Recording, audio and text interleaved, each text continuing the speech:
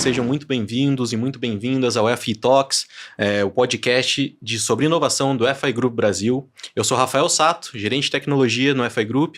Aqui do meu lado tem Gabriel Sassi, líder de Digital Science do FI Group.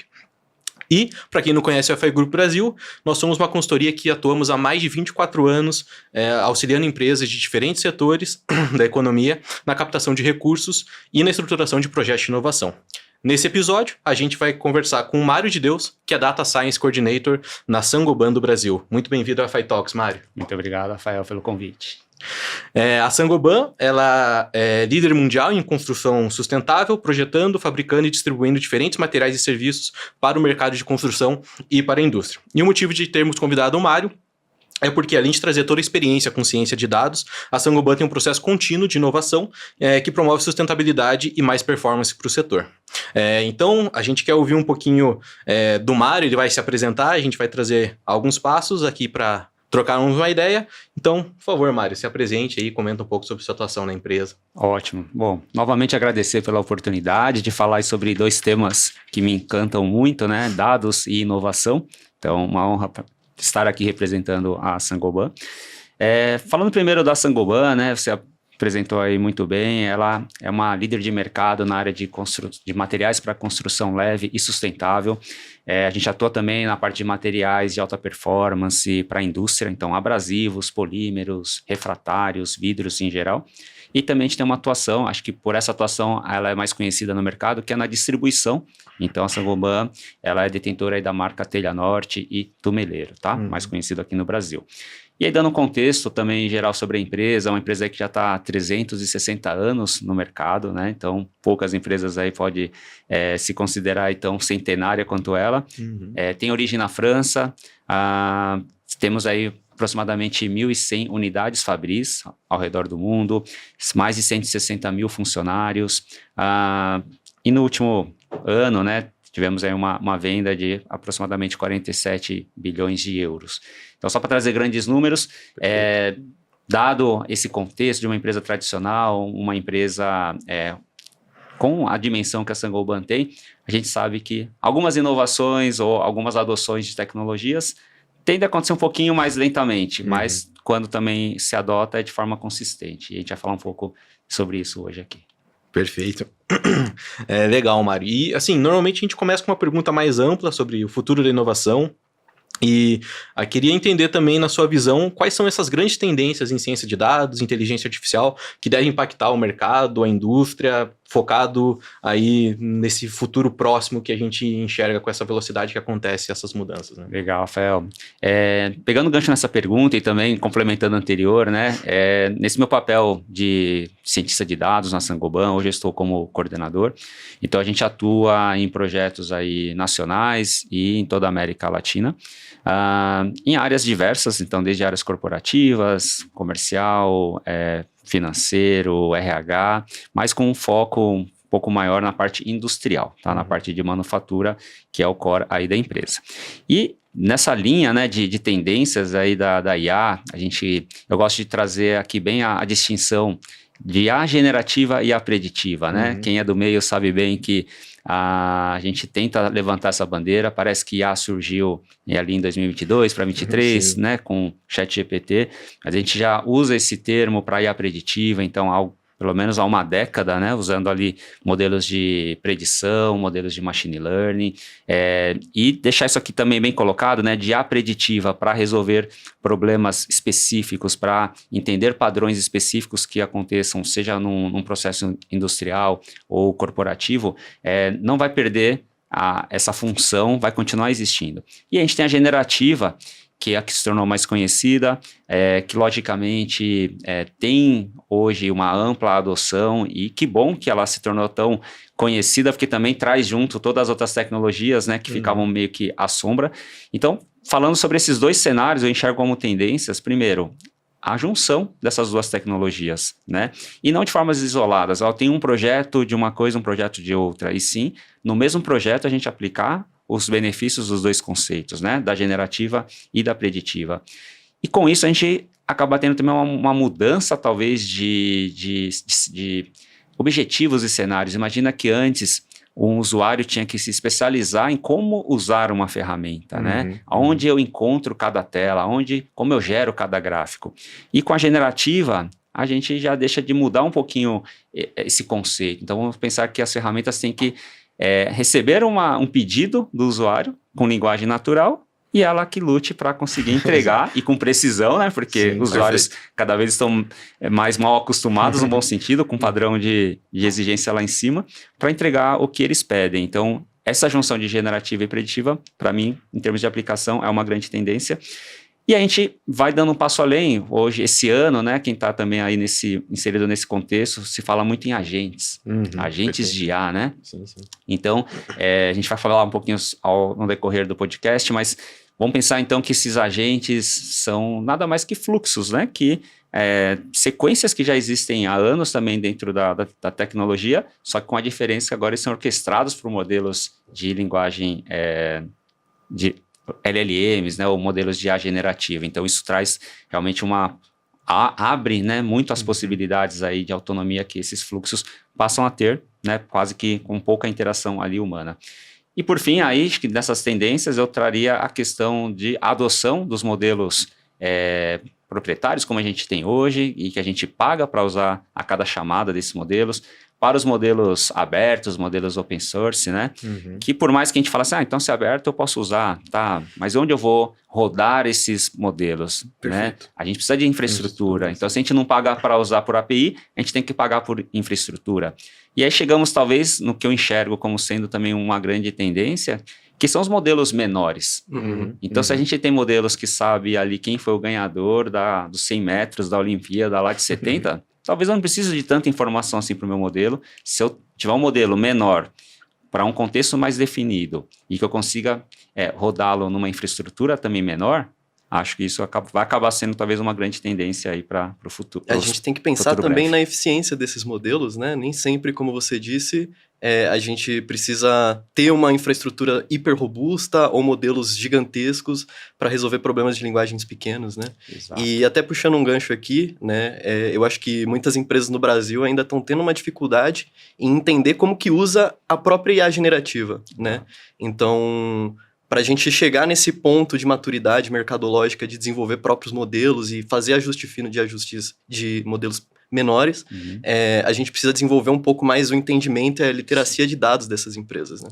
Com certeza. Acho que em como usar e também em como entender como ele funciona por baixo dos panos, né? Para daí tentar personalizar para a realidade de cada uma, né? Sem dúvida. Perfeito. É muito interessante que, como você colocou, né, Mari? A barreira de entrada acaba sendo muito menor, mas ainda assim exige aí uma série de análises de contexto para uma aplicação mais precisa. Às vezes você está lá usando uma API do GPT para fazer alguma coisa que com muito menos custo, muito menos capacidade ali de um modelo ou de alguns LLM, um SLM, né? Vamos chamar assim o modelo. Você poderia fazer e ter resultados ainda melhores, né, do que essa aplicação num contexto tão genérico e tão amplo assim. Com certeza. Então, acho que essa é a importância aí de trazer essa base, ter esse tipo de conversa também, né, e trazer alguns insights aí para adequar efetivamente, porque não é porque o ChatGPT ou modelos de LLM têm resultados aí satisfatórios, bons em alguns pontos, que eles precisam e devem ser usados para tudo, né? Exatamente. E aí também, nesse sentido, né, dimensionar de forma correta e também selecionar de forma correta, né? Então, para quem aí está, talvez, dando os primeiros passos no uso, né, muitos colegas de empresa mesmo, assim, estão começando a usar que seja o prompt para fazer alguma consulta, né? E aí, imagina então que eu tenho lá um processo industrial X, e eu vou colocar lá no prompt, olha, o que eu tenho que fazer para diminuir o consumo disso, para diminuir o refúgio disso e daquilo, e peço para o GPT me informar. Ele vai te dar uma resposta mais genérica, ele não vai falar assim, olha, muda o parâmetro tal para tal valor, porque não é feito para isso. Então, entender também quando eu usar um modelo generativo, quando eu tenho que usar ali os modelos mais tradicionais ou preditivos, né? Então, essa consciência também, até para tomadores de decisão na empresa, é importante ter essa distinção, né? Para também não ser enganado aí, às vezes, por ofertas de serviços milagrosos e que não é realmente o que ele precisa para aquele momento, né? Exato. Claro. E a gente acaba falando GPT para tudo, né? Mas no fim a gente tá falando aí pode ser vários modelos, Exato. acaba comentando e usando GPT por ser o Mais Mais famoso. conhecido. mais marqueteiro aí Exato. desses últimos anos, né? Mas acaba que existem N modelos aí, cada um às vezes tem até algumas pequenas diferenças no que se obtém São de melhores resultado. num campo ou em outro, né? Exato, exato. Perfeito. Então, quando a gente falar GPT, às vezes pode ser algo mais genérico do que o GPT Marketing foi bom, efetivamente, né? Exato. Virou quase que o nome da tecnologia. Excelente. E se a gente for avançar, então, considerando que esse cenário ele é muito rápido, né, muito mutável, então a gente está falando chamando isso de GPT, que surgiu há poucos anos, inclusive. Se a gente for tomar como exemplo na América Latina, o Brasil é o país que lidera essa adoção de investimentos em inteligência artificial. Inclusive, recentemente, a própria Microsoft anunciou um investimento de quase 3 bilhões de dólares aqui no Brasil até 2017, voltado justamente para o que você comentou ali, de expansão de infraestrutura, porque é algo que às vezes é invisível, né, para boa parte dos usuários de entender como que isso, a ordem de grandeza efetivamente dessas infraestruturas para trabalhar com isso, né, e isso com certeza, pelo menos para o Brasil, pode trazer mudanças em pouquíssimo tempo, né. E como que você acha que as empresas podem se preparar para que possam acompanhar o ritmo dessa inovação, né? Qual que seria o caminho das pedras aí para quem não quer e não deve, não pode ficar para trás aí nesses investimentos? Legal, Rafael. Você trouxe um dado bem interessante, né, de como que o Brasil tem atraído investimentos, então, em infraestrutura, né? Então, quando a gente fala ali de investimento da Microsoft, vamos pensar em grandes data centers, né, ou em equipes, para aproximar, né, a cloud, né, que a gente imagina algo tão distante, aproximar geograficamente dos nossos usuários brasileiros, né? Então, espera que, lógico, com isso a gente ganhe em termos de custo, ganhe em termos de redução de latência, né? Então, que aquela demora ali, microsegundos a mais ou a menos que a gente tem na resposta, mas também mostra, talvez, uma cultura que as empresas, globalmente, mas chegando muito forte aqui na América Latina, têm de migrar realmente seus sistemas cada vez mais para ambientes em cloud, né? Então, lógico que essa é uma discussão muito antiga, não veio com a IA generativa, mas talvez acentuou um pouco mais a importância desses data centers, que na essência, né, além da questão da escalabilidade, vamos pensar então que as empresas podem se concentrar mais no core delas, talvez no produto delas, e terceirizar para pessoas ou empresas realmente especializadas, né, nesse tema, essa governança, essa gestão, manutenção, atualização, que a gente sabe que ainda mais em tempos de ataques hackers cibernéticos, né, é tão importante ter essa gestão bem feita para não pôr em risco o próprio dado daquela empresa. Claro. Mas, por outro lado, também a gente tem, acho que tudo é um equilíbrio, né? Então, nenhuma tecnologia é 100% perfeita para tudo. Então, acho que depois que o mercado também se amadureceu e entendeu os benefícios, também enxergou oportunidades de, peraí, deixa eu fazer uma aplicação híbrida aqui. Então, para muita coisa eu vou deixar ali na cloud, mas para algumas outras aplicações industriais é muito comum, inclusive, vou manter uma infraestrutura local, né, on-premise, que a gente costuma dizer. Então, acho que está caminhando muito para essa combinação, esse formato híbrido de uso de cloud. Então, que bom a gente ouvir notícias como essa da Microsoft. E, complementando a sua pergunta, falando sobre, então, talvez caminho das pedras ali, né, para as empresas não ficarem de fora, eu elenquei alguns pontos que, na minha visão, é bastante importante. Então, cultura de dados, né? Então, uma coisa é a gente querer adotar IA, adotar a ciência de dados porque está na moda e falar o que é bom e eu preciso, né? Aí vem top-down, olha, a gente tem que fazer 3 projetos de ciência de dados. Tá, mas para resolver qual? Não sei. Procura um problema. Não pode ser dessa forma, a gente sabe, né? Então, a gente costuma ali dizer que toda tecnologia, a gente não pode se apaixonar pela tecnologia e sim pela dor. Qual é a dor que eu preciso resolver? Em cima disso, eu vou buscar a tecnologia mais simples para resolver aquela dor, não a mais sofisticada também.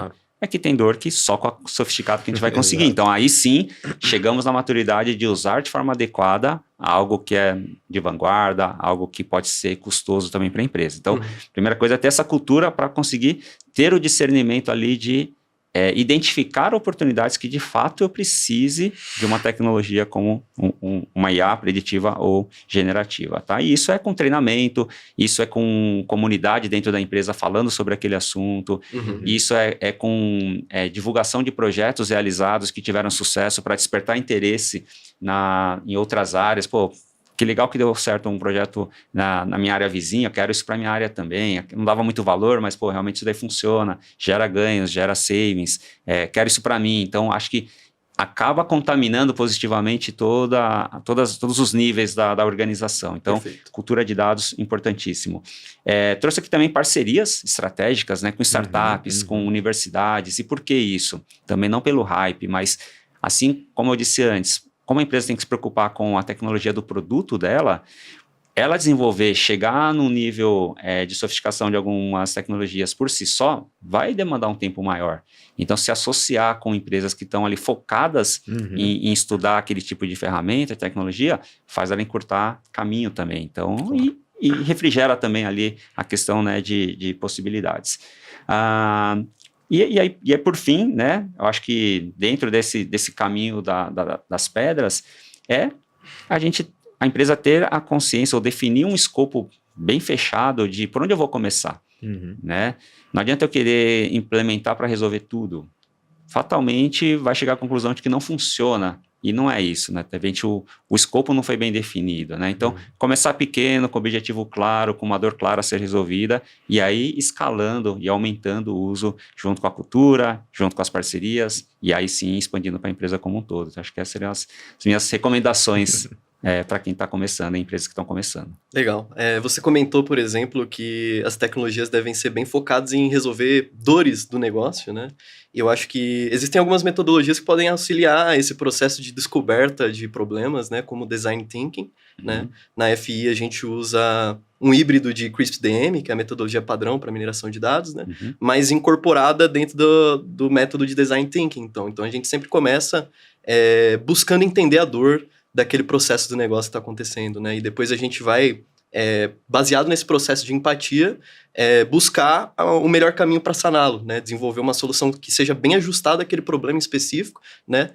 Tendo uma visão central do usuário, né? A pessoa que vai utilizar essa tecnologia. E eu acho que isso ajuda bastante na adoção dessas soluções, né, que geralmente são difíceis de ser adotadas por culturas mais tradicionais, né, por serem tão diferentes, por serem tão disruptivas, né? Eu concordo totalmente. Na Saint-Gobain a gente também faz uso do Design Thinking, mas a gente tenta, o CRISP-DM, a gente tem ali um ciclo de vida de projeto de dados que é muito inspirado com algumas caixinhas extras que a gente foi criando, né? Mas nos norteia em qualquer projeto que a gente for fazer, a gente tem a clareza de em que etapa a gente está, com a consciência de que eu posso ter que voltar algumas casinhas e recomeçar, mas faz parte da metodologia ali do CRISP-DM, então a gente usa muito. E trazendo também aquilo que pessoas de tecnologia anteriormente já desbravaram e já viram que funciona, né? A gente usa também metodologias ágeis, Scrum, para poder também fracionar ali as entregas, né? Alinhar. Será que o usuário está satisfeito com aquela pequena entrega? Se não está, já vamos corrigir rápido. Errar rápido para corrigir rápido. Exato, não esperar lá no final, né? Então, coisas que engenharia de software já trilhou esse caminho já há muito tempo. Então, a gente, na área de dados, também faz uso desse tipo de metodologia. Então, com certeza, gerir bem um projeto, ter a tecnologia, mas também gerir bem um projeto faz com que você aumente a chance desse projeto ter sucesso. Tanto no desenvolvimento, e como você falou muito bem, na adoção, né? Perfeito. Acho que qualquer empresa, e a gente não é diferente, tem muitos projetos concluídos, que tinham um potencial enorme, mas talvez por uma má divulgação, uma falta de engajamento que aconteceu por um motivo ou outro, engaveta. Né? Então a gente tem essa preocupação de manter o projeto vivo. Né? Acho que é uma das partes, talvez, não mais difícil, mas tão difícil quanto o próprio desenvolvimento dele. Claro. Concordo. Né? Sempre que envolve cultura, fica um pouco mais difícil. Né? É verdade. No código a gente resolve ali, mas quando o assunto é cultural, demora bastante. Demora mais mesmo, é verdade.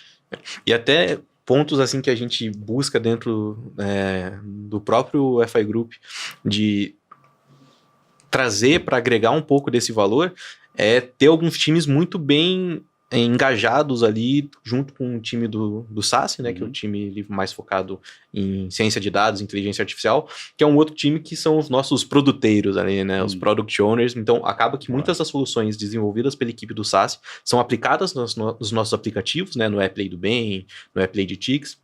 E aí tem o time responsável por essas aplicações que consegue também traduzir boa parte do que eles estão fazendo, desenvolvendo, para o cliente, né, para o time de consultoria, principalmente, para os nossos parceiros, mas também o contrário, de pegar dores ali do pessoal e trazer já mais mastigado, mais tratado ali para o próprio time de ciência de dados conseguir ter uma eficácia maior nesses desenvolvimentos também, e a gente acabar não curando dores que na verdade não eram dores, existiam. Né?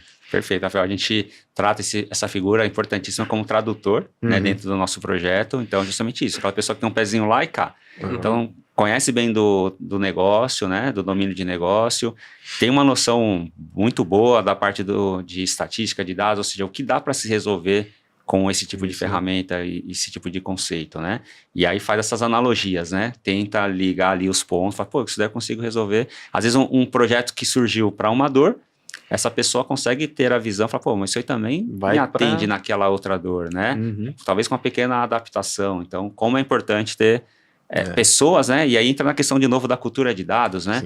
Se essa pessoa que viveu talvez décadas naquele negócio, ela tem essa cultura nela, ela já enxerga oportunidade, né? Fica intuitivo, né? Fica intuitivo. Então, já enche o pipeline ali de projetos, já justifica a perpetuação da área de dados, né? E aí vira um ciclo virtuoso aí, né? Com certeza. Muito bom. E, bom, a gente queria sair um pouquinho...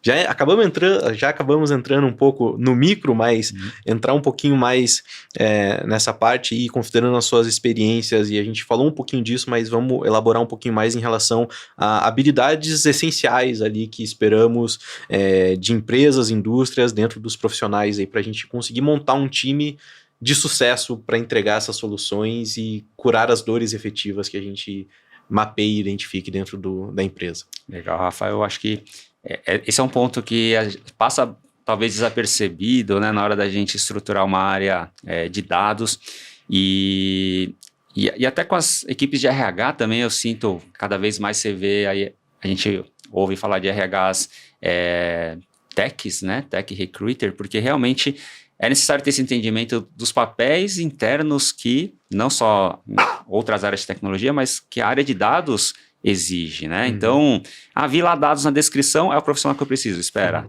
né? Então, eu trouxe aqui, talvez ali, uma breve explicação para as empresas também que estão aí, ou já adotaram, mas ainda não tem essa consciência, ou quem está iniciando, né, a montagem de um time. Então, eu trouxe 4 principais papéis, né, que seria, então, engenheiro de dados, indo quase que numa sequência lógica ali de tratamento desse dado, de fluxo desse dado dentro da empresa. Então, o engenheiro de dados, né, então vai ser aquela pessoa com o papel de governança desse dado. Então, não só na parte de como configurar ali muito bem um banco de dados, pode ter um arquiteto para isso? Pode, mas o engenheiro também vai ter uma expertise muito boa nisso. Criar os ETLs, ou seja, os fluxos ali de extração, transformação e carregamento desse dado. Vai disponibilizar esse dado com qualidade, com confiabilidade, para que depois esse dado seja usado pelo negócio. Seja o usuário final ou um analista e um cientista, que é o que eu vou explicar aqui na sequência. Então, ele vai gerar matéria-prima e garantir a matéria-prima de qualidade para os próximos 2 papéis aí poderem trabalhar. Aí eu venho para o analista de dados, né? Então, o analista de dados é uma pessoa que vai estar muito ligada ali com o negócio. Muito papel que você acabou de comentar, Rafael, de enxergar oportunidades. Então, eu tenho que fazer um diagnóstico, tenho que explicar aqui uma queda nas vendas, eu tenho que explicar uma falha que começou a acontecer. Deixa eu pegar o dado histórico, deixa eu organizar primeiramente esses dados, né?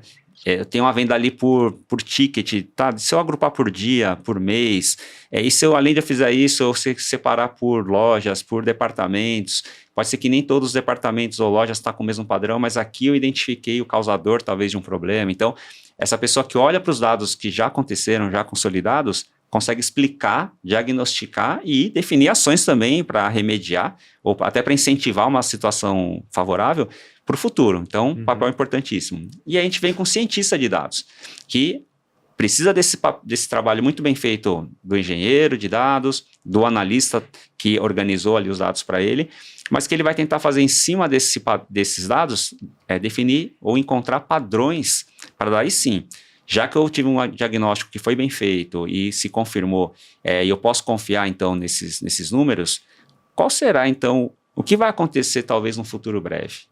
E aí, lógico, para cada contexto, a gente vai falar do próximo minuto, próximo mês, próximo ano. Então, ele vai fazer o quê? Previsões usando técnicas que não são novas. São previsões baseadas em técnicas estatísticas, né? Só que agora num poder de escala muito maior, né? uma rapidez muito maior também e com uma complexidade muito maior do que talvez antes um ser humano ou com softwares muito simples conseguiria fazer. Então, o cientista passa a tentar fazer previsões para o futuro, diferentemente do analista. E legal, Saint-Gobain, ela começou muito por esse caminho de fundação, vieram cientistas, agora chegou um momento que inúmeros modelos, projetos estavam no ar. E aí, o cientista estava já com demanda de novos projetos, mas tinha que garantir a boa performance do que já estava entregue, Claro. né? Monitorar, e ele tinha que dividir a atenção. Aí vem o último papel, que é o Machine Learning Engineer. Então, esse engenheiro de Machine Learning, ou a gente tem uma sigla que é o MLOps, ele vai ser responsável por não só implementar os modelos de forma a garantir não a precisão da informação, mas para garantir performance computacional. Será que a linguagem usada foi a melhor? Será que a arquitetura ali está adequada? Deixa eu fazer alguns testes aqui unitários para ver se o dado não está parando de chegar e o modelo de repente vai alucinar porque o dado não veio uma boa qualidade. E principalmente, deixa eu ver se a performance do modelo ainda está dentro da esperada. Se não está, cientista, me ajuda aqui, vamos retreinar esse modelo, vamos colocar mais variáveis, ou seja, um projeto de ciência de dados, ou de dados em geral, sempre é vivo, né? Claro. Ele vai funcionar, talvez sem mexer ali, eu diria que um mês. Se passou disso, se ninguém pôs a mão, ele vai começar a perder performance, vai quebrar. Então, às vezes fica defasado também, né? Fica defasado. O cenário no qual ele tenta fazer alguma inferência muda com o tempo, então você tem que sempre atualizar essas variáveis, né? Exatamente. Então, é um projeto que é entregue, mas que ele precisa de um acompanhamento ali quase que eterno, né? Enquanto aquela dor existir para a empresa. Isso aí.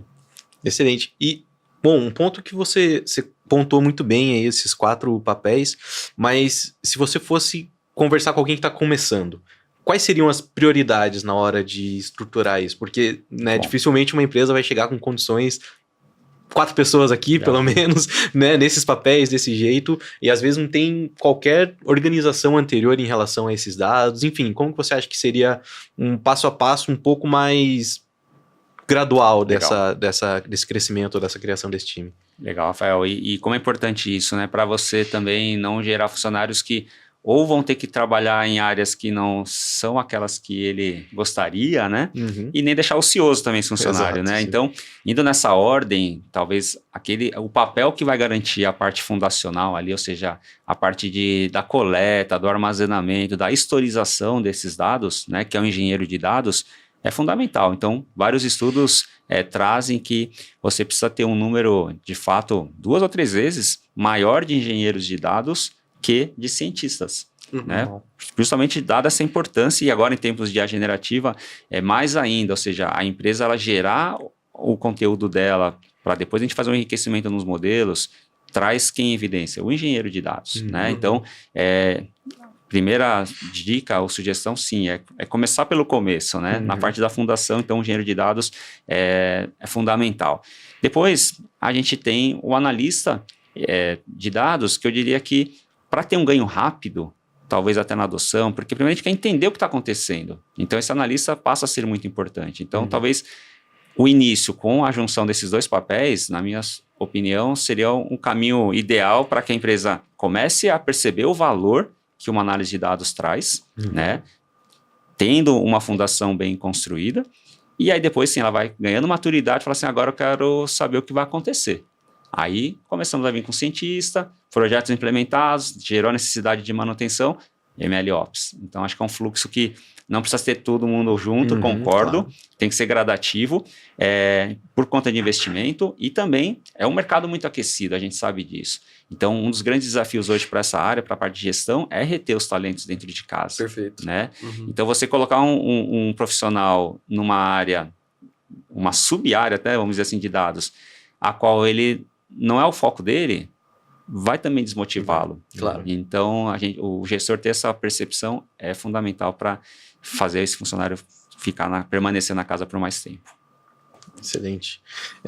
E a gente falou muito sobre as pessoas direto ali na estruturação dessa equipe, mas há um tema que vem surgindo muito e eu acho que é bem válido a gente pontuar aqui talvez discutir um pouquinho, é sobre os AI Skills, né?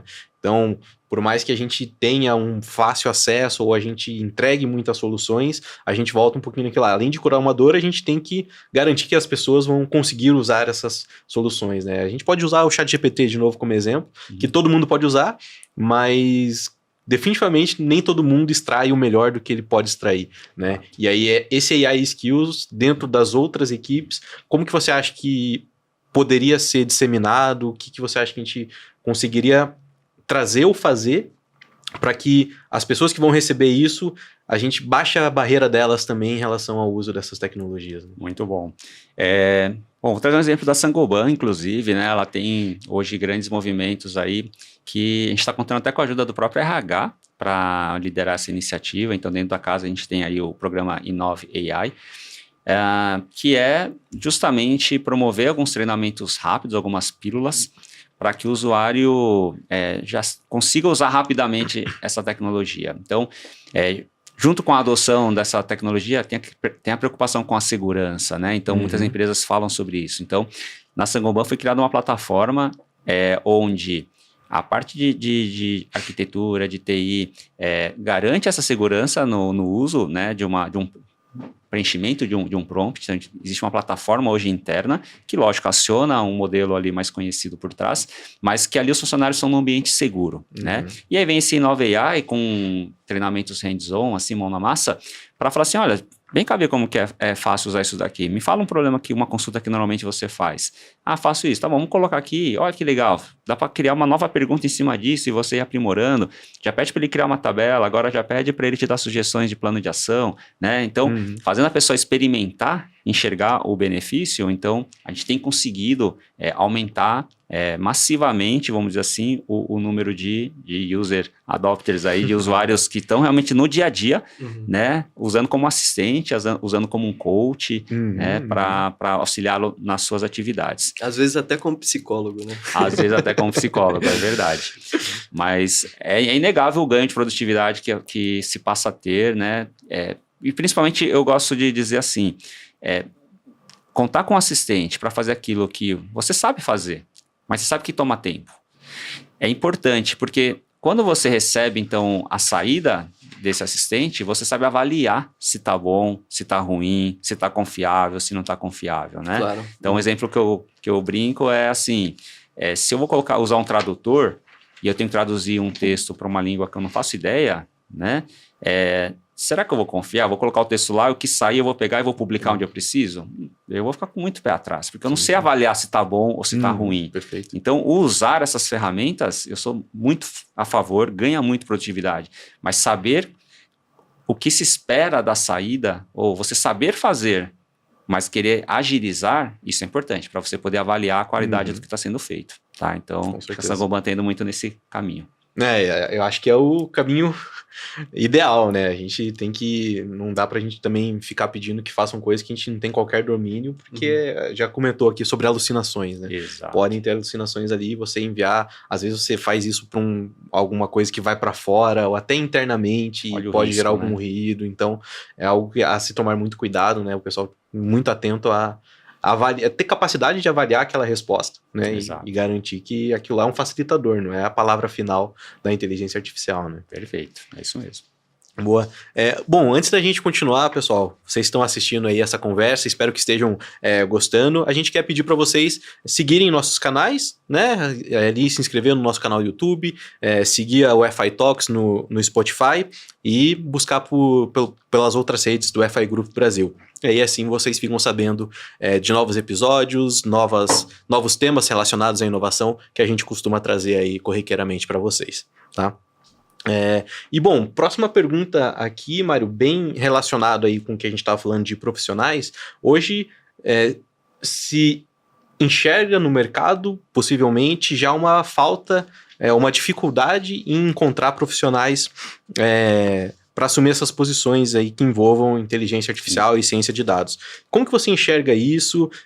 Você acredita que educação e treinamento estejam conseguindo acompanhar de fato essa demanda? Então, surgiu há pouco tempo, como que você vê que as pessoas estão se capacitando, se preparando para eventualmente terem essas oportunidades e surgir isso e a gente conseguir complementar o que precisaria no Brasil? De fato, isso é um desafio, né? A gente sabe que, por exemplo, graduações que já existam, ou para você poder validar uma graduação nova no MEC, existe toda uma documentação, toda uma ementa, exige meses de trabalho ali ou anos, e aí você acabou de preparar e ter aprovação, pronto, ver uma ferramenta nova, uma tecnologia nova, já ficou desatualizado de novo, né? Uhum. Então, estou trazendo esse contexto porque ali em 2018, quando eu comecei realmente a estudar, eu venho de um background mais de engenharia mecânica, né, atuando ali na parte industrial, e eu decidi unir, né, os conhecimentos, ou seja, eu quero manter a aplicação nessa minha área, mas com uma ferramenta nova, né, uma tecnologia nova. E lá em 2018, eu diria que, assim, raras graduações.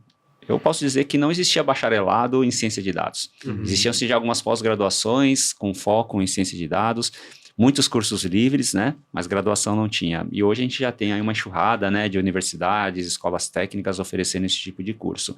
E aí vem a IA generativa, né? Que está acontecendo, estão acontecendo as coisas ainda. Então, como preparar um curso, oficializar no MEC, então também é um desafio. Mas eu percebo, sim, que desde lá de trás, as universidades, as instituições estão se preocupando em cada vez mais gerar cursos voltados à análise de dados, à parte de tecnologias de IA. Então, eu acho que o mercado hoje já tem uma gama muito grande aí de produtos para quem quer se especializar, para quem quer migrar, poder se aperfeiçoar. Se é suficiente, não sei dizer ainda, porque também com o aumento de oferta, a gente sabe que cai um pouquinho, para algumas instituições podem cair a qualidade, né? Então, que antes talvez a gente não fazia a questão de um curso formal, porque a gente sabe que para saber fazer, não necessariamente você tem que ter passado por um curso formal, uma graduação, eu entendo que isso acaba virando quase que também uma forma de você avaliar a soft skill da pessoa, né? Então, será que a pessoa ela se comprometeu, conseguiu concluir um curso, ela teve acesso ali a ciências que, bem ou mal, são suporte para depois poder avaliar o que uma LLM está fazendo por baixo dos panos, né? Então, eu acredito que ter uma formação específica, mas sem abrir mão também de formações tradicionais que suportem o entendimento, a conceituação do que uma LLM faz por baixo dos panos, é fundamental, acho que, para a gente conseguir gerar cada vez profissionais mais qualificados. E aí, nessa linha, eu trago aqui um ponto de reflexão que existe um movimento, não sei o que estou dizendo aqui, né, mas a gente acompanha ali a bolha, né, que eu brinco de dados, que as empresas estão cada vez mais exigindo já profissionais sêniores na área de data science, na área de IA, na área de análise de dados. E é para pessoas que estão vindo de outras áreas, estão começando a se aperfeiçoar agora em dados, fica difícil entrar no mercado, né? Então, eu trago um ponto de reflexão aqui, que é a questão também da importância da diversidade dentro desse mundo, né? Então, diversidade em todos os sentidos, mesmo desde grupos subrepresentados e também subdiversidade de backgrounds. Ou seja, a pessoa pode ser iniciante em dados, mas e a bagagem que ela já tem num domínio de negócio? Perfeito. Você imagina a pessoa que já tem ali 10 anos de experiência numa área específica e agora ela agregar a força que tem, né, uma ciência de dados, uma análise de dados, ou um uso de uma IA, a pessoa está pronta para identificar oportunidades. Então, as empresas também têm que estar atentas a isso, de não só olhar experiência em tecnologia, mas qual a experiência que ela já tem, e aí agora ela está trazendo mais uma. Poxa, isso daí vira uma combinação muito poderosa para as empresas. Então, minha mensagem é, olhem com bons olhos também a questão de profissionais mais iniciantes em dados, em tecnologia, mas com background bem diverso. Perfeito. Até porque a ciência de dados em si, ela é um tripé, né? Ela é a junção da computação, da estatística e o que você bem disse agora, o conhecimento do domínio, né? Então, você ter um bom conhecimento desse domínio no qual você está aplicando essas técnicas, assim, é um diferencial gigantesco para análise e ciência de dados, né? Muito. Concordo, Gabriel. Há quem diga, e lógico, para alguns cenários, é mais rápido você ensinar, se literar uma pessoa na análise de dados do que ensinar o negócio dela, né? Exato, Vamos pensar aí numa área de aviação, um engenheiro de aviação. É muito, talvez, mais suave trazer esse profissional que tem experiência já em aviação e incorporar a skill de dados do que pegar alguém de dados e tentar ajudar num problema da aviação. Justamente. Né? É um ponto importante para a gente refletir. Excelente. Então, é um complemento muito valioso, né? E esse background de negócio a gente sente na pele no próprio FI Group, né? Então, boa parte das pessoas que estão nesse time hoje já estão no FI Group há alguns anos, viveram o negócio na pele ali, né? O que era ser consultor, o que é trabalhar a lei do bem, tudo isso. E acho que boa parte do nosso sucesso aí nos projetos foi de conseguir carregar essa bagagem e traduzir muito bem para os nossos projetos. Que legal, Fel. Então, é muito importante esse ponto, a gente assina embaixo aí tudo legal. Você comentou comentou em relação a isso aí. É interessante que conecta até com, de novo, né, aquela questão da cultura de dados, porque às vezes pessoas que nunca se imaginaram nesse contexto têm acesso a um treinamento desse, claro. E a gente identifica ali na hora que a pessoa fica apaixonada, fala, achamos um talento aqui que só de meia dúzia de palavras já deu para ver o quanto que essa pessoa já conseguiu extrapolar ali o que a gente está conversando. Então, incentiva também até pessoas que estão dentro da casa a quererem, né, experimentar coisas novas, ou seja, a gente retém de fato ali o talento dentro de casa, agregando mais conhecimento e mais ferramentas, enfim, a roda acaba girando de forma positiva, né? Excelente. E bom, vamos partindo agora para o ponto que a gente tem um time montado, aí a gente discutiu todos esses perfis, essas necessidades, e como que a gente trabalha depois, e volta um pouco no que a gente já comentou, né? A integração desses times com o restante, né, com os potenciais clientes ali, ou as pessoas que estão com as dores, para que a gente consiga identificar e solucionar isso. Importante essa parte, né? Eu diria que não só para dados, mas ter um bom onboarding ali cultural e técnico, né, importantíssimo. Então, a pessoa se identificar com os valores propostos da empresa, então motiva ela também a seguir. Então, na Saint-Gobain também a gente tem isso muito enraizado, né? Então, pilares ali culturais que a gente tem que, né, se adequar ou conhecer, e quem está ali a gente sabe que se identifica. Então, prezar pela sustentabilidade, seguir o propósito, né, de construção leve e sustentável, enfim. Então, isso são itens que fazem com que a pessoa tenha mais vontade de interagir com as demais áreas e seguir com aquilo que ela está ali se propondo a fazer. Então, acho que esse onboard técnico e cultural é fundamental. Outra parte que eu trago é a questão de definir claramente uma stack de ferramentas, né, de ferramental que a sua área utiliza. Então, tudo bem, a pessoa pode vir com experiências usando outra plataforma, outra linguagem, mas será que eu implementar essa linguagem que não é oficial, linguagem de programação, não é oficial da empresa, por mais que é algo novo, vai ser bom? Depois, como que eu consigo dar manutenção nisso? Como que eu consigo, se a pessoa for promovida ou sair da empresa, quem vai dar manutenção? Então, ter definido ali qual é a stack de ferramentas e metodologias que a empresa segue, importante para depois você conseguir padronizar e perpetuar, tá? E aí um ponto que eu trago também é a questão das sinergias da área de dados com as demais. Então, é uma área suporte, sim. Então, é uma área que precisa ter, trafegar muito bem, né, entre as outras áreas. Isso ajuda a identificar projetos que são realmente potenciais, cria empatia com o cliente interno, ou seja, esse cliente se sente à vontade em trocar uma ideia com você e ver se aquela ideia maluca que ele teve faz sentido ou não para resolver com dados, e às vezes se torna o projeto do ano, né? Uma ideia que começou simples, mas que ele não sabia direito como estruturar, tendo essa abertura, então é importante. E a gente tem o caminho inverso também. Na Saint-Gobain a gente percebe que, diferente talvez de empresas que já têm ali o seu produto bem estabelecido e a gente vai criando features e features em cima dele, a nossa área é uma área mais corporativa, então a gente atende como se fosse uma consultoria interna a diferentes negócios e áreas. Então imagina que hora eu estou lá na mineração, depois um outro cientista vai estar na parte de manufatura, depois vai estar na área de RH, na área de e-commerce, e como garantir que esse profissional navegue bem por todas essas áreas? Então, naturalmente, a gente incentiva isso, que os cientistas encontrem também as áreas de maior interesse dele, que não necessariamente é aquele que tem background, mas é aquele que realmente gostou e tem prazer em se aprofundar naqueles assuntos. E a gente começa a criar também cientistas mais especializados em um domínio.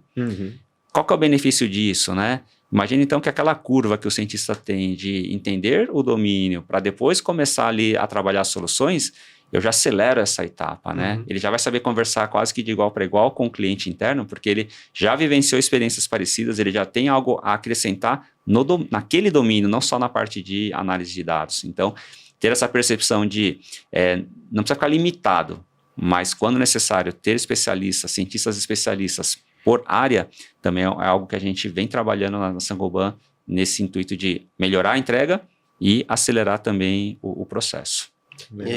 A comunicação torna-se uma habilidade quase essencial para um cientista de dados, né? Porque além de toda a aplicação da técnica, da intuição com os dados em si, né? Ele precisa saber muito bem fazer as perguntas certas para as pessoas corretas e também saber transmitir as descobertas que ele faz nesse processo de análise, né?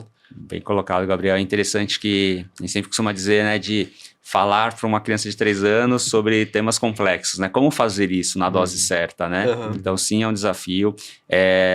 E são áreas quase que antagônicas, assim, se a gente pensar, né? Então, pessoas que têm um raciocínio lógico muito forte, mas que também tem que ter uma skill de comunicação, né? De sociabilidade também igualmente fortes, né? Mas eu concordo, acho que essa é uma skill, uma soft skill, que quem também está chegando e já tenha, a maior preocupação sempre é a parte técnica, sempre é o hard skill. Mas enfatizem, se vocês têm essa qualidade, enfatizem essa soft skill que vocês já possuem, ou continue trabalhando ela, porque é aquela velha máxima, né? Que uma hard skill faz você entrar na empresa e a soft é quem te mantém lá, né? Então, acho que essa combinação de técnico e comunicação na nossa área realmente é muito importante. Muito bom. E bom, Mário, falando agora um pouquinho mais sobre desafios aí que você enfrentou durante seu tempo na Saint-Gobain ou até em outras empresas, né? E que são a qualidade e a governança dos dados, né? Das informações. Como que você lidou com esses pontos na prática e o quão importante é, de fato, isso aí para garantir sucesso e continuidade de projetos de IA e ciência de dados? A gente está falando nada mais nada menos que a nossa matéria-prima, né? Então, é aquilo, se dado ruim ou não confiável entrar no modelo, predições ruins também vão sair, né? Não tem por onde fugir. Resposta sempre vai ter, né? Exatamente, alguma coisa ele vai tentar responder, mas a qualidade não vai ser tão boa quanto a gente gostaria. E também a gente sempre ouve falar que, e acho que é fato, né? Na maior parte das empresas ou áreas, sim, a gente passa boa parte do nosso tempo ajustando o dado, corrigindo, manipulando esse dado, que eu aprendi a olhar com bons olhos também, tá? Eu entendo que é nessa fase também que a gente cria, eu falo que a gente está namorando com os dados ali, né? A gente cria familiaridade com cada feature, eu entendo o que cada variável representa, eu vou a campo para entender com o especialista, o que essa variável aqui me indica? Eu percebi que essa daqui varia junto com aquela, faz sentido? Pô, faz, porque então às vezes você também evita redescobrir a roda, né? Fala, nossa, encontrei uma correlação aqui, e a pessoa de negócio fala, não, uma é calculada em função da outra, era óbvio que ia ter, né? Então, ter também essa preocupação de estar sempre próximo ao negócio é importante, mas essa curadoria, quase essa limpeza que a gente tem que fazer nos dados faz parte do processo. Lógico, empresas mais maduras já estão alguns passos à frente, então os dados já estão mais ali acessíveis, e aí sim acho que é um ponto importante, né? Tornar o dado acessível, garantir a qualidade desse dado, que, como eu disse, faz parte do dia a dia de um cientista ter que lidar e investir muito tempo nessa etapa. Empresas que se preocupam com essa governança, pronto, você agiliza o processo de um cientista também. Você já pula aquela etapa de juntar uma base que uma parte está no Excel, outra parte está no sistema industrial, a outra parte está no ERP. Aí eu tenho que criar uma lógica para fazer um pipeline, puxar daqui para lá, de lá para cá. Não, mas eu tenho que criar agora uma infraestrutura. Não, já as empresas estão caminhando, eu acredito, para essa democratização do acesso aos dados, né? Então, indo nessa linha, talvez extrapolando um pouquinho a pergunta, Rafael, eu já trago aqui talvez uma tendência, e a Saint-Gobain também não é diferente, de ter um modelo híbrido nessa governança, né? Então, grandes definições, arquiteturas, defendemos sim que tem que estar numa área mais tech, uma área mais de TI, né? Que é quem tem realmente ali o expertise há anos, né? Nesse tipo de tema. Mas, por que não você delegar ou delegar ali a função de garantir qualidade, de garantir completude desse dado, né? Então, a gente entra num campo que a gente chama de federação de dados. Cada vez está mais em pauta. Ou seja, você define domínios e aí você federa esse dado. Você credencia responsáveis, donos, né, e guardiões desses dados para que eles possam ter um acesso mais rápido. Então, você evita gargalos na TI para poder liberar um acesso a um dado. Quem melhor do que o próprio dono do negócio, da área, para garantir ou analisar se aquele dado está com boa qualidade, se está completo, né? Se parou de receber essa ou aquela informação. Então, acho que esse modelo, talvez, de gestão híbrida ali da governança dos dados, né? Com data mesh, com dados, com federação de dados por domínio, é uma grande tendência para diminuir um pouco, então, essa dor que o cientista tem, que é sempre ter o dado ali que precisa, exige muita limpeza, muita manipulação, tá? Mas, sim, lidei muito com isso e aprendi muito com essa parte também. Perfeito. Bom. E, bom, a gente recentemente, Mário, viu um post no seu LinkedIn que você falou sobre o Go Live de um projeto de ciência de dados desenvolvido por Alto Forno da usina da PAN. Exato. Ali em Barra Mansa, no Rio de Janeiro. Você pode compartilhar com a gente um pouquinho desse ou de algum outro case interno que você consiga ilustrar bem aí um caso de sucesso em projetos de inteligência artificial ou ciência de dados? Posso sim, Rafael. E é um tema que eu tenho muito orgulho, né? Porque desde, como eu disse lá, de 2018, 2019, quem puxasse esse LinkedIn, né? Puxar alguns posts do LinkedIn, eu tento criar esse vínculo, né? Entre indústria 4.0 e data science.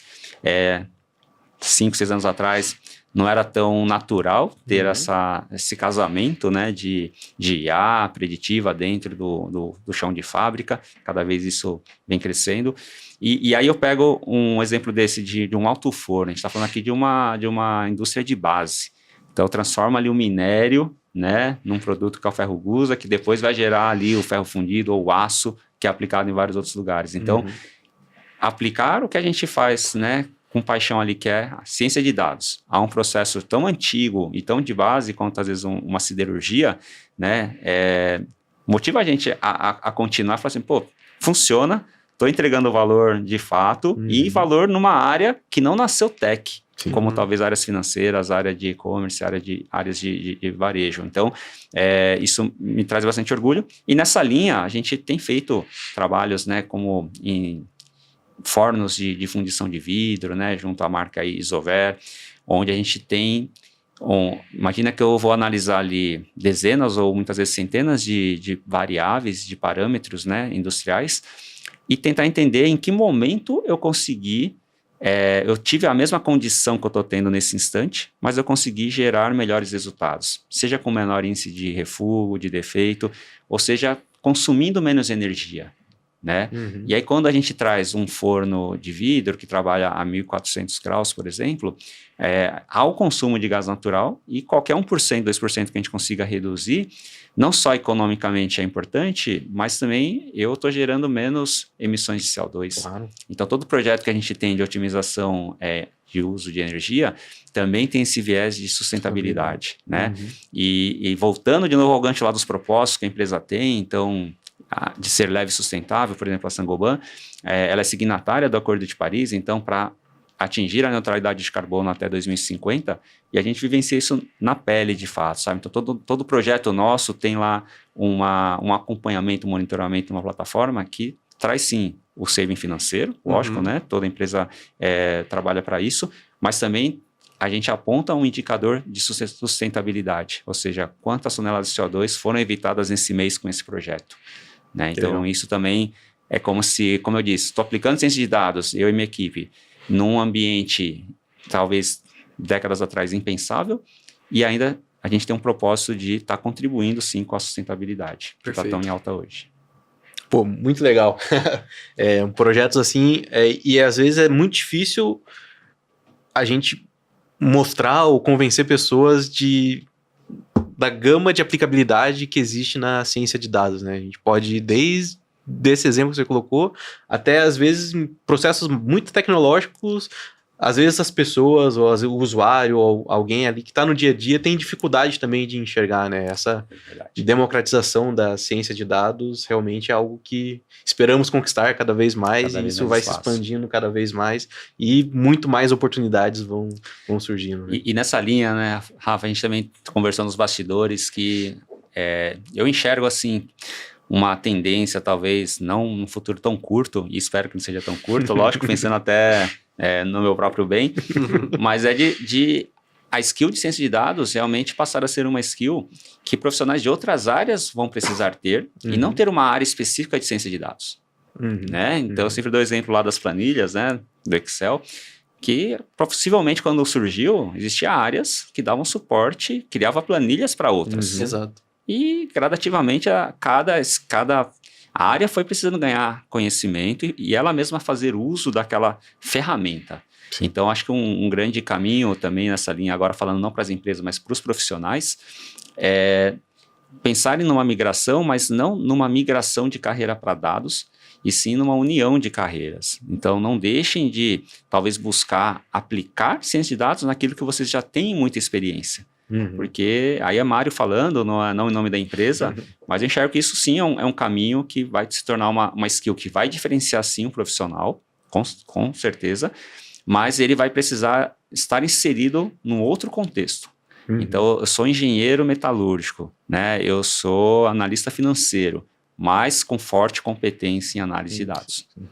Então, acho que esse é um caminho aí que, cada vez mais com as automações também de programação, né, que as IAs estão fazendo para a gente, ter esse conhecimento do domínio é o que vai diferenciar e não saber fazer o código propriamente dito.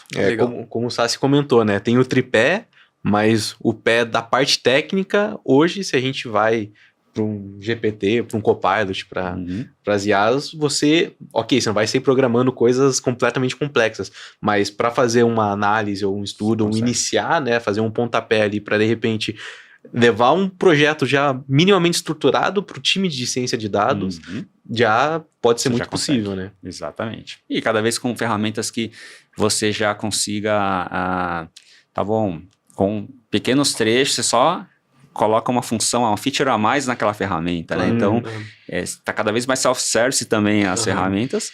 E até a gente ouve falar aí, a gente já, né, Devin, algumas IAs que já se propõem a criar todo um software de forma autônoma, né? Exato. O famoso no-code, por exemplo. Exatamente. Né? Drag and drop ali, vai arrastando os Legos e você constrói uma solução. Está cada vez mais próximo isso do nosso dia a dia e quando perguntam, né, entrar em temas polêmicos aqui, né? Então, vai acabar a carreira, né, de programador ou de uma área ou de outra? Eu acho que a gente já está vivendo essa transformação em que talvez só saber fazer ali a programação não vai ser o suficiente. Você vai ter que saber como juntar, como fazer isso, resolver de fato a dor que você tem, então como adaptar. Aí sim eu acho que vai ser o perfil aí de quem está nessa área, tem que correr atrás disso e não se limitar a sala escura lá e fazer só o seu código. Claro. Tem que ver isso como o copo meio cheio, né? A oportunidade de você expandir e ter mais oportunidades ainda em relação a isso, né? Excelente. Perfeito. Excelente.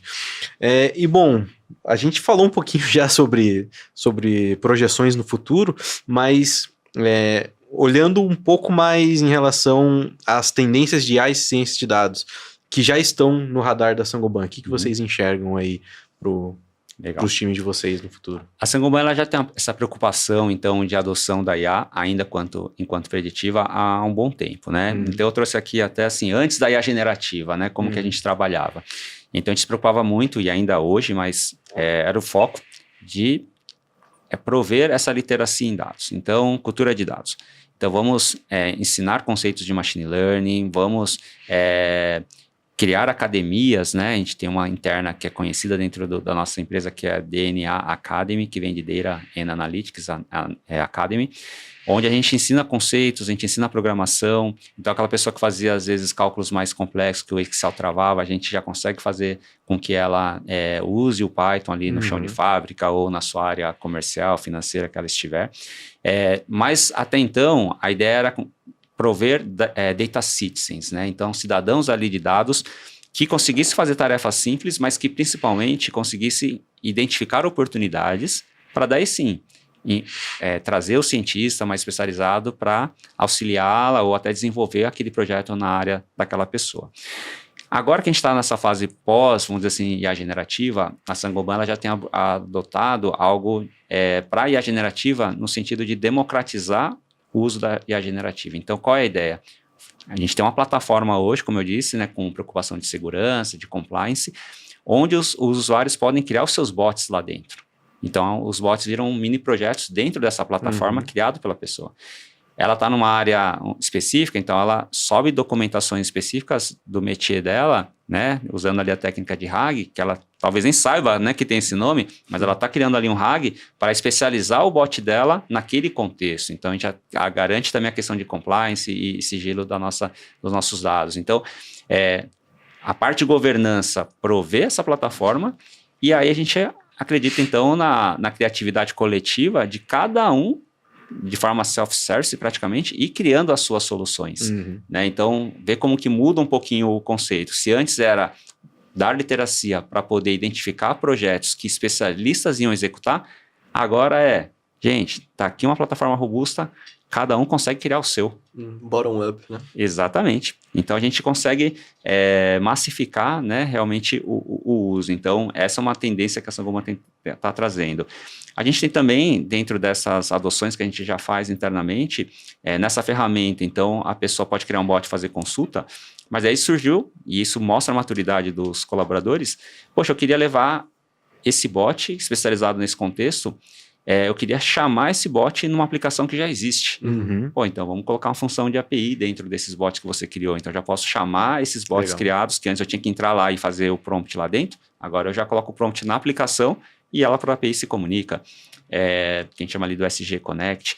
E esse ano, né, eu estive na França em janeiro, a gente teve acesso ali, talvez a tendência que eles estão trabalhando já nos bastidores para liberar, é o agente, né? Então, tá bom. Então, vamos criar agora, não preciso mais entrar na plataforma, posso chamar de fora, mas agora eu vou criar fluxos, que praticamente, de certa forma autônoma, eu já consigo ali uma ação, gatilhar outra, que gatilha outra, que gatilha outra, e eu tenho já uma etapa inteira concluída quase de forma autônoma. Claro. Né? Eu acho que uma vantagem muito grande dos agentes é que, às vezes, para você resolver um problema, você precisa de diversos bots especializados, né?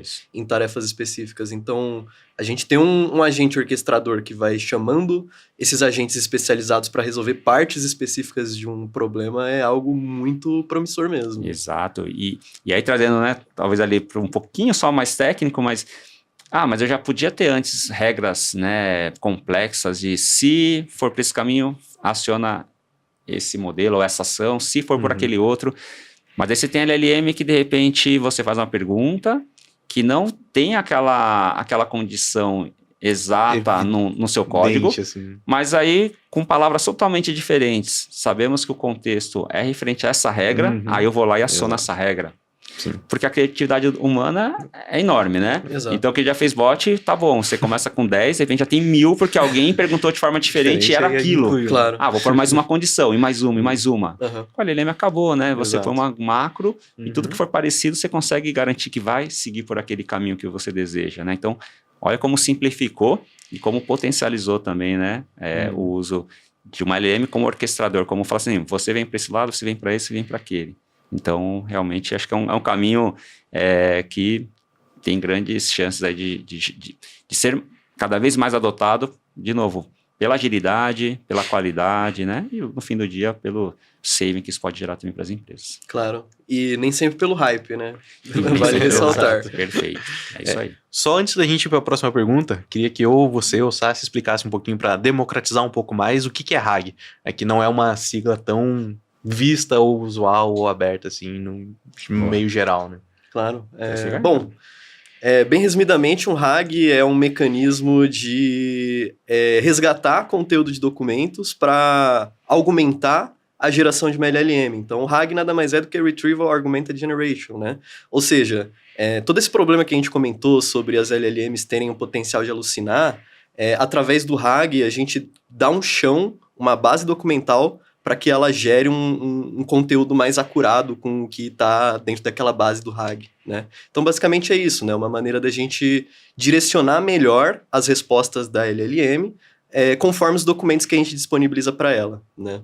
E é interessante, complementando, né, Gabriel, que tem a questão de privacidade da informação também, né? Então, eu não quero eu não posso disponibilizar essa informação abertamente para que um modelo use essa informação e aprenda, mas eu quero alimentar de forma controlada. Então, tá bom, grande modelo, né? Vamos pegar de novo lá o nosso GPT.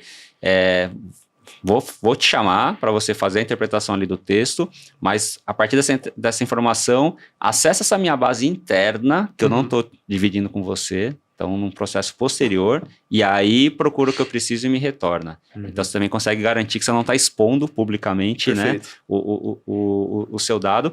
E aí, acho que só reforçando também o seu exemplo, então...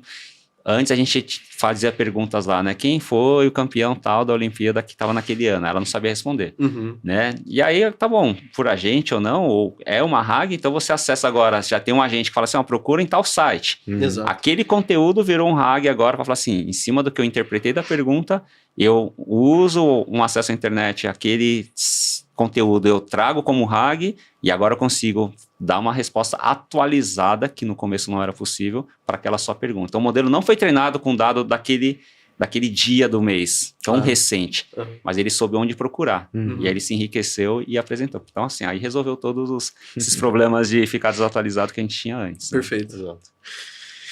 E bom, para a gente finalizar, quais seriam suas recomendações para as empresas que desejam começar a desenvolver essa área de ciência de dados? A gente falou bastante dos perfis, falou de prioridade para estruturar, mas assim, até antes disso, né, quais são os primeiros passos ali que você considera fundamental para que a empresa decida ou entenda se faz sentido, de fato, ter essa área internamente, né? Bacana. É uma responsabilidade grande, né? Tentar dar essa receita de bolo. Lógico que cada cenário é um cenário, então não estou aqui para dizer que tem que ser dessa forma, mas algumas dicas que eu daria, né, por experiência. Primeiro, se apaixonar pela dor e não pela solução. Ou seja, eu não tenho que criar um projeto dessa tecnologia aqui porque é necessário falar que se eu não fizer isso, eu estou fora do mercado. Não. Né? Vamos identificar dores e aí dentro dessas dores eu vejo se essa solução é a mais simples possível ou não, como a gente já falou aí logo no início da nossa conversa. Então, se apaixonar pela dor seria identificar dores a serem resolvidas e em cima disso, aí sim, ver se é necessário ou não, ou que ferramentas são necessárias. Acho que é importante para a gente não dar um passo maior que a perna. Nessa linha, começar pequeno, começar com um escopo bem definido, ou seja, eu falo para a minha equipe que a gente tem uma grande responsabilidade quando a gente entra em áreas que ainda não experimentaram um projeto de ciência de dados, que é a gente cair no descrédito. Então, imagina se a gente entra se propondo a resolver um todo e não consegue ter êxito nisso, qual é a percepção do nosso cliente? Esse negócio de ciência de dados não funciona. Mas, de repente, é porque a gente tentou abraçar, né, o universo antes de tentar resolver ali por partes, de fato, ali o problema, né? Então, começar pequeno, com um escopo muito bem definido e também com objetivos claros, né? Então, eu tenho essa dor, vou aplicar essa ferramenta e eu tenho como objetivo melhorar em X% isso ou aquilo. Aí eu consigo mensurar também se realmente houve ganho ou quanto que foi esse ganho, né? Então, acho que isso é fundamental também para justificar a existência dessa área. A gente vem para a fundação, como a gente bem disse, se não tem matéria-prima confiável, com qualidade, não adianta esse cientista de dados, que ele vai ficar lá, enfim, criando gráficos, né, com poucos dados que ele tem. Então, ter uma fundação muito sólida é importante. E aí trago de novo a Saint-Gobain, que lá mais ou menos em 2017, isso falando no Brasil, né, talvez na Europa já são tecnologias que já estão há mais tempo, mas falando em Brasil, ali em 2017, cria-se a área de indústria 4.0 para a gente prover mais essa preocupação em armazenamento de dados, em automações, em historização. E depois vem a área de ciência de dados. Uma vez que eu já estava com esse pilar bem sedimentado, com bases de dados ali bem confiáveis e grandes o suficiente, entramos com cientistas para poder analisar toda essa massa, né? Então, a fundação, importantíssima no meu ponto de vista. O time de dados com aqueles papéis que a gente já trouxe aqui hoje, bem definidos, né? Para que a entrega seja de maior valor e para que também o time fique ali mais motivado, estando na área correta que ele se propõe. E por fim, né, e não menos importante, é a parte de cultura de dados. Em todos os níveis, desde o usuário, em prover a ele, então, ali como analisar, como entender que às vezes usar uma média não é o melhor caminho, por que a mediana às vezes é melhor, né? Por que às vezes um gráfico que eu pego a média mês a mês não me traz tanta informação quanto outros tipos de visualização, que são os gráficos de caixa ou box plots, né? Então, eu trago um exemplo aqui, rapidamente, de uma pessoa no chão de fábrica, ele é coordenador, que no início ele até trocava o nome desse gráfico, falava assim, nossa, isso é muito confuso. E após o projeto, ali uns 4, 5 meses, 6 meses depois, em reuniões de acompanhamento, ele trouxe, falou assim, não, porque eu puxei esse gráfico de box plot, ela falou, que legal você está usando. Meu, não consigo mais olhar só o gráfico de linha com a média. Eu quero ver qual a dispersão que teve, qual foi o máximo e mínimo e tudo. Então, e eu falei, já ganhei o dia só de ouvir você me falar isso, que você enxergou esse valor. Então, o usuário final entender como ele pode fazer um uso melhor de dados alimenta tudo que está para trás, né? Claro. Porque ele que vai identificar projetos. Mas ainda na cultura também tem a parte mais técnica da governança dele.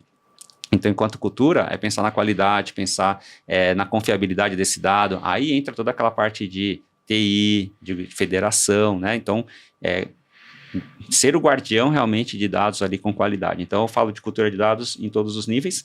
E, por fim, cibersegurança e escalabilidade, né? Então, em tempos que a gente vive hoje, crescer desordenadamente também é muito perigoso. Então, tem que começar pequeno, mas de forma organizada. Já pensar em arquitetura robusta, já pensar ali em cibersegurança também para não expor ali de forma alguma, né? Tanto a sua base de dados ou o seu projeto, as interações. Imagina que eu tenho, então, um forno de fundição de vidro. Se a gente não tiver preocupação com cibersegurança, deixar uma porta aberta, ter uma invasão, imagina o estrago que pode ser feito ali por um parâmetro errado que alguém, né, imputou ali no set point da máquina. Então, essa preocupação é bastante importante. E se está começando pequeno, pensando em crescer, que já defina essa arquitetura também de forma que ela seja escalável.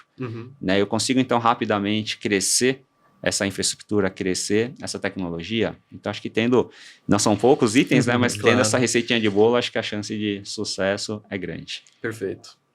Boa. Alguma dúvida? Não? Então, chegamos ao final do nosso episódio do FI Talks, né, o nosso podcast sobre inovação do FI Group Brasil. Mário, mais uma vez, em nome de todo o nosso time, agradecemos aí pela sua presença. Tá? Eu que agradeço mais uma vez a oportunidade. Pode contar aí sempre com a gente para esse tipo de conversa, né? Que aqui foi uma conversa muito prazerosa. Excelente, foi muito enriquecedor de fato. Bom, eu sou o Rafael Sato, tá aqui comigo o Gabriel Sassi, né? O FI Talks pode ser assistido no nosso YouTube, o FI Group Brasil, e no Spotify, basta buscar por FI Talks. Então sigam lá, se inscrevam na página e vão acompanhando que nos próximos dias aí a gente vai disponibilizar também cortes com conteúdo exclusivo e falas aí do Mário também. Beleza? Muito obrigado.